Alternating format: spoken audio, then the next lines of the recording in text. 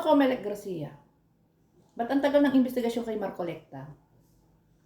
Parang masinsi ng ano yan ha, negosasyon. Ano pangako? Magkano ba? Ay ano pala? Ano na pala? Parang ginagago mo mga Pilipino ah. Parang yung ginawa mo kay Chis Escudero eh. Ang tagal mong mag-imbestiga. Tapos bigla-bigla na lang, cleared na. Ni wala kang inilabas na dokumento na nagpapatunay na hindi konektado. Ganun-ganun na lang, itigil na ang investigasyon.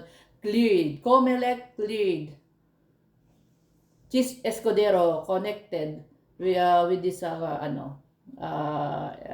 chuchuchu. So ano naman ngayon hinihintay namin? Kayo ba'y mahihintayin pa? Omnibus code ka pa ko. Naku talaga. Animal ka talaga. Animals ka talaga, Garcia. Peste ka. Mag-resign ka na.